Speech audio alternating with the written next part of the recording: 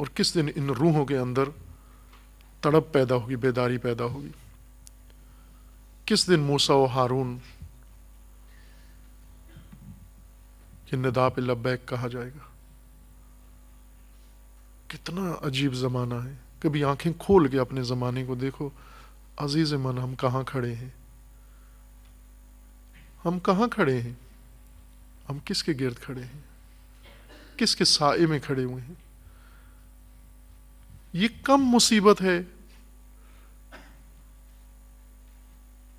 یہ کم مصیبت ہے کہ علی گھر میں تنہا ہوں اور ہم علی کے پڑوس میں رہ کے اپنی کھیتی باڑی کر رہے ہوں، اپنی جاب کر رہے ہوں. یہ تھوڑی مصیبت ہے ہمارا تعلق ہی کوئی نہ ہو. یہ کم مصائب ہیں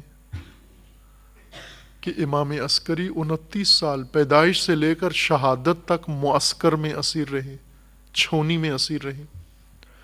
یہ کم مصیبت ہے کہ زمانہ اس قدر لا تعلق ہو گیا ہے اور اپنی جو امامت کے محافظین ہونے چاہیے تھے وہ اس قدر خطرناک ہو گئے کہ اب ان سے بچانا امام لازمی ہو گیا ہے. اب جعفر قذاب سے بچانا لازمی ہے، امام وقت کو. امام عسکری کا زیادہ وقت جعفر قذاب سے بچانا لازمی تھا، جو روز حکومتی مامور لے کر روزانہ امام عسکری کے گھر پہ چھاپا مارتا تھا.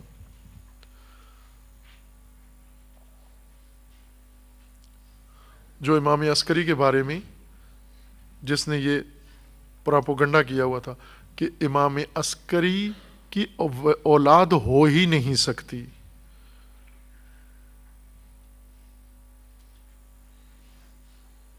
امام عسکری علیہ السلام نے، آپ دیکھیں کس سختی کے اندر کیا مبارزہ کیا. ایک اور موضوع عرض کرنا چاہتا تھا لیکن آج نہیں ہو سکے گا. وہ عزیزان، وہ یہ ہے کہ امامت، یہ زعامت کسی صورت میں معطل نہیں ہو سکتی. یہ جو ہم نے ایک رویہ اپنایا ہوا ہے کہ چونکہ طاغوت ہے پس زعامت ہو ہی نہیں سکتی، یہ غلط ہے. یہ تصور طاغوت کے نظام میں، طاغوتی نظام میں بھی امامت کی زعامت عملی ہو سکتی ہے. اور شیعہ اسی کو کہتے ہیں، وہی شیعہ کہنے کا حقدار ہے. جو رسومات طاغوت کے دور میں ادا کر لے، جو ہنس رو لے، وہ نہیں. شیعہ وہی ہے کہ جو ہر دور میں فرعون کی حکومت ہو، مومن آل فرعون قرآن نے کردار ادا کیا، ذکر کیا ہے. مومن آل فرعون یعنی فرعون کی قوم میں سے ایک مومن تھا، فرعون کے نجات میں سے، فرعون کے پیروکاروں میں سے یا اس کے جو تحت لوگ تھے ان میں ایک مومن تھا جس کا ایمان موسیٰ پر تھا. وہ فرعون کے نظام میں رہ کر مومن تھا، یعنی پیروی فرعون کی نہیں بلکہ موسیٰ کی کر رہا تھا. بلکہ فرعون کے گھر میں ایک خاتون تھی، زوجہ فرعون، اس کے زوجہ تھی، اس کی بیوی تھی، اس کی اس زمانے کے رواج کے مطابق زوجہ تھی اس کی. یہ فرعون کے گھر میں تھی. اس سے زیادہ قربت فرعون کے ساتھ اور کس کی ہو سکتی ہے زوجہ سے زیادہ؟ اور یہ مومن تھی. یعنی یہ زعامت الہی میں آ گئی ہے فرعون کے گھر رہ کر بھی. یہی تشیع کو سیکھنا ہے، یہی سبق، یہی آیت تشیع کی آیات ہیں.